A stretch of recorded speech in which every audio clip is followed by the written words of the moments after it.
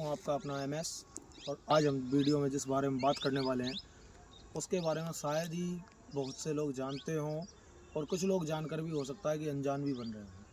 आज हम बात करेंगे अरावली पर्वतमाला श्रृंखला की, जो कि हमारे भारत की एक सबसे प्राचीन पर्वत श्रृंखला में से एक है, जो लगभग 250 करोड़ साल पुरानी पर्वत श्रृंखला है। और इस पर्वत श्रृंखला में कई ऐसी छोटी बड़ी पहाड़ियाँ भी आती हैं जो कि 100 मीटर से नीची भी हैं और 100 मीटर से ऊंची भी हैं। लेकिन आज हम बात पहले इस बारे में ना कर पहले हम थोड़ा इसके इतिहास के बारे में बात करेंगे। अरावली पर्वतमाला। अरावली पर्वतमाला हमारे देश की एक ऐसी श्रृंखला है जो कि उत्तर पश्चिम गुजरात से शुरू होती है, गुजरात के पालनपुर गांव से, और हरियाणा, राजस्थान और दक्षिण के दिल्ली तक जाती है, जो कि दक्षिण पश्चिम तक जाती है, जिसकी लंबाई लगभग 670 से 800 किलोमीटर है। ये वही अरावली पर्वतमाला है जिसमें महाराणा प्रताप का जन्म हुआ है। ये हमारे देश की वही अरावली पर्वतमाला है जिसमें हल्दी घाटी का युद्ध हुआ है। और इस अरावली पर्वतमाला के खंडन के विषय में अभी 20 नवंबर 2025 को एक निर्णय सुनाया गया सुप्रीम कोर्ट के द्वारा, जो कि था कि 100 मीटर से नीची पहाड़ियों को अरावली पर्वतमाला श्रृंखला की संरक्षण श्रेणी से हटा दिया जाता है। अब मैं सरकार से ये पूछना चाहता हूँ कि ये बताएं 100 मीटर से ऊंची पहाड़ियाँ कितनी हैं। 100 मीटर से ऊंची पहाड़ियाँ सिर्फ और सिर्फ 8.7% हैं पूरी अरावली पर्वतमाला की श्रृंखला की पहाड़ियों से। उसकी पहाड़ियाँ हैं 100 मीटर से ऊंची लगभग 1048 पहाड़ियाँ मात्र। और इसकी जो छोटी पहाड़ियाँ हैं वो कितनी हैं, तो उनके बारे में अगर बात करी जाए तो वो हैं 1,16,753 पहाड़ियाँ। 100 मीटर से नीची पहाड़ियाँ इतनी ज़्यादा हैं कि अगर जिन्हें खंडित कर दिया गया तो अभी जो हमारा थार का मरुस्थल अरावली पर्वतमाला के दूसरी तरफ है, वो नाम कि सिर्फ राजस्थान बल्कि मध्य प्रदेश, उत्तर प्रदेश, इन सीमाओं को भी क्षति पहुंचाएगा। आज अगर बात करी जाए कि अरावली पर्वतमाला हमें किन चीज़ों से बचाती है, तो अरावली पर्वतमाला हमारी वो पर्वतमाला है जो उससे उठने वाली धूल के कणों को रोककर हिमालय पर्वत को पिघलने से बचाती है। हिमालय पर्वत हमारे देश का गर्व है। आज अगर आप अरावली पर्वत को तोड़ने की बात कह रहे हो, कल को आप हिमालय को तोड़ने की कहोगे। क्या चाहते हो? क्या देश का अभी आपने आज से फिक्स 8 महीने पहले हैदराबाद का 400 एकड़ का जंगल साफ किया। लेकिन साहब एक बात कहनी पड़ेगी, हमारे देश में इत्तेफाक बहुत होते हैं, जो कि एक बहुत बड़ी बात है इत्तेफाक होना। हमारे देश में ऐसे ऐसे इत्तेफाक होते हैं कि आज से 8 महीने पहले जब हैदराबाद का जंगल साफ हुआ था, उसके बारे में ना ही किसी न्यूज़ चैनल ने जिक्र किया और ना ही किसी मीडिया ने कुछ कहा, ना कोई नेता उसके बारे में बोला, ना कोई अभिनेता उसके बारे में बोला। लेकिन जनाब 400 एकड़ का जंगल साफ हुआ है, उसके बारे में कोई नहीं बोला। लेकिन हाँ, इत्तेफाक की बात ये है उससे 1 महीने बाद ही, जिसके बारे में मुझे भी दुख है, तहे दिल से दुख है, कि हमारे देश में कश्मीर घाटी में जो हमला हुआ था उसकी बात कर रहा हूँ।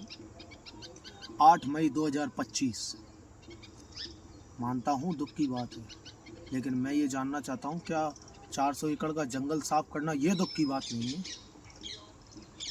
चलो वो छोड़िए, अभी का बता देता हूँ मैं।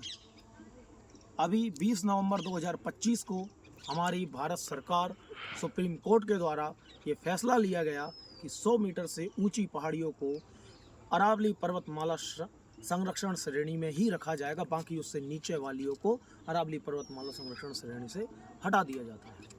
अब मैं ये कहता हूँ कि जब इन्हें हटा दिया गया है तो आप ये बताइए, 20 नवंबर 2025 को हुआ है, लेकिन अभी 16 दिसंबर 2025 की जो घटना है उसको मीडिया बड़े ज़ोर शोर से दिखा रहा है, जो कि बांग्लादेश की घटना है। अरे सत्ताधारी नेताओं, मैं आपसे पूछना चाहता हूँ कि आप ये बताइए, क्या आपको अपने देश के बारे में पता भी है कि देश में क्या चल रहा है? दूसरे देश की खबर रखने के लिए आप पहले आगे रहते हैं, लेकिन अपने देश की खबर नहीं है आपको कोई। मैं जानना चाहता हूँ ऐसा क्यों है। मैं उन अभिनेताओं से, नेताओं से, सबसे ये जानना चाहता हूँ कि ऐसा क्यों है कि हमारे देश में हो रही घटना का तो आप जिक्र तक नहीं करते हैं। जंगल के जंगल, पहाड़ के पहाड़ तहस नहस कर देते हैं, लेकिन जिक्र नहीं होता है। और आप जिक्र करते हो दूसरे देशों का, क्यों, किसके लिए? क्या आपका भारत की जनता के लिए कोई दायित्व नहीं है?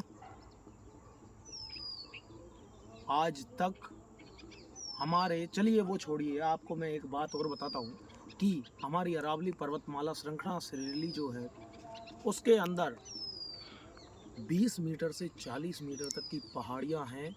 1,07,493 इतनी पहाड़ियाँ सिर्फ 20 मीटर से 40 मीटर हैं। जनाब, आप हमारा सबका जीवन छीन रहे हो। अगर अरावली ख़त्म हुई तो ना आपका दिल्ली बचेगा, ना आपका मध्य प्रदेश बचेगा, ना ही आपका हिमालय बचेगा। और ऐसा भारत का कोई भी राज्य नहीं है जो रेगिस्तान के, थार के मरुस्थल की रेत से बच सके। और मैं आपको अभी एक क्लिप दिखाना चाहूँगा जिसमें राजपूती जोड़ी नाम से इंस्टाग्राम पर एक बहुत ही अच्छे अदाकारा हैं, उन्होंने एक वीडियो बनाई है, उसे देखिएगा गौर से।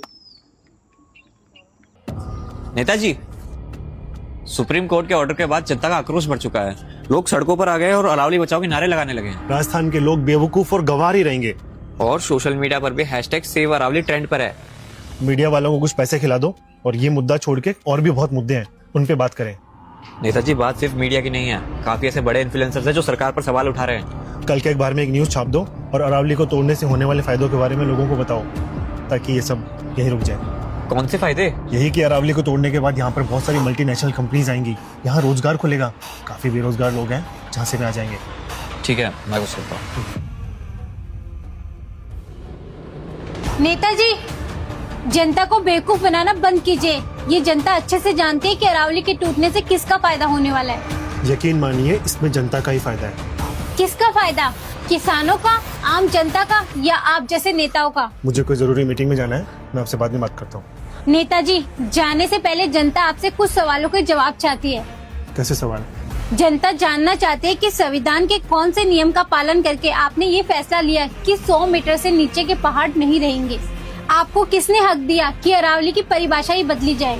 क्या अरावली को सुप्रीम कोर्ट ने बनाया था? जो उन्होंने ये फैसला लिया, सुप्रीम कोर्ट को अपना फैसला वापस लेना ही होगा। यह राजस्थान है, यहाँ की जनता ना ही आपकी मनमानी चलने देंगे, बल्कि आपके इस फैसले का मुंह तोड़ जवाब भी देंगे।